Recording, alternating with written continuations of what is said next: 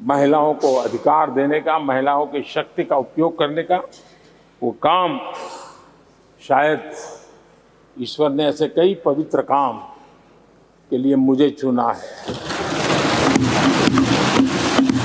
उस समय तय हुआ था कम से कम 1/3 महिलाओं को मिलेगा। अरे भाई, तक कम से कम 1/3 न था, इसलिए हम यहां पर आए। अब पहला बार 50%, आधा आधा कर दिया।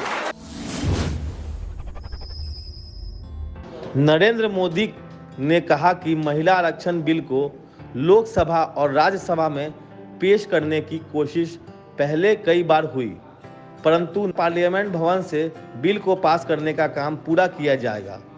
नरेंद्र मोदी ने यह भी कहा कि भगवान ने उन्हें इस पवित्र काम के लिए चुना है।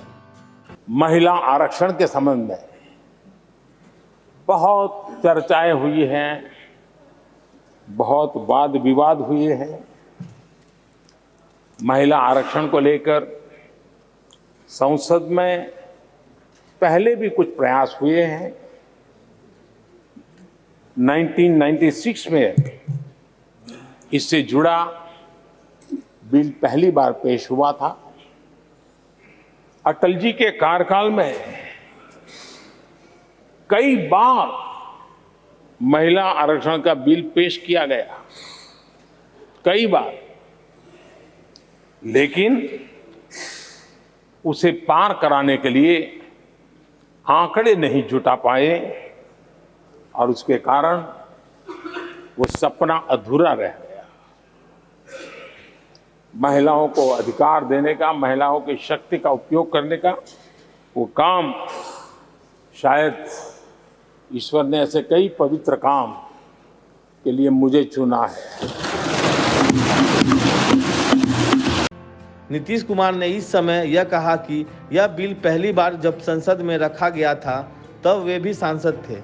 कम से कम 1/3 महिलाओं को सांसद और विधानसभाओं में प्रतिनिधित्व देने की बात थी, परंतु उन्होंने बिहार में आधी महिलाओं का स्थान पंचायती राज चुनाव के लिए आरक्षित कर दिया। कांग्रेस ने भी महिला आरक्षण विधेयक को अपना समर्थन दिया है। राजद और कुछ अन्य दलों को जरूर अपनी रणनीति बनानी है। उनकी दुविधा यह है कि संसद में अब तक पिछड़ी जातियों को आरक्षण नहीं मिले। जब कानून बना था उस समय हम एमपी भी थे, कमेटी के मेंबर थे। उस समय तय हुआ था कम से कम 1/3 महिलाओं को मिलेगा। अरे भाई, तक कम से कम 1/3 न था, इसलिए हम यहां पर आए। अब पहला बार 50%, आधा आधा कर दिया। अब उसके बाद कितना असर पड़ा दूसरे जगहों पर। कुछ लोग इस बीच में हमसे नाराज हो रहे थे कि अरे भाई, आप महिला को कर दिए तो हम लोगों को खाना बनाना पड़ेगा। हाथ जोड़ के कहते थे, अरे इससे आपको खाना बनाना पड़ेगा, क्या मतलब है? महिलाओं को आगे बढ़ाइए। आप देखिए कितना आगे बढ़ रहा। आप फिर किस तरह से गरीब गुरबा तबके के बच्चे बच्चियों को पढ़ाने के लिए हम लोगों ने काम किया। कितना कम पढ़ते थे और सबके लिए जो उत्थान किया, आज अब देख रहे हैं लड़का लड़की के करीब बराबर हो गई। और लड़की को पढ़ाना तो बहुत जरूरी है ना। प्रजनन दर तो बहुत ना बढ़ा रहता था यहाँ का, 4.3। अब बोलिए, ये जितना आबादी का है बिहार का, ये देश में सबसे ज्यादा, कम इलाके में ही इतना ज्यादा। तो वो सब करते हुए जो कर रहे हैं, जो पूरे देश के बारे में तय हुआ कि अगर पति पत्नी में पत्नी महिला है तो प्रजनन दर 2, तो हमने बिहार में भी कराया।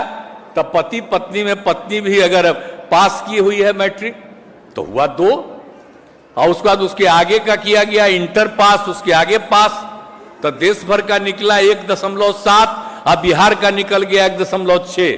कितनी खुशी हुई।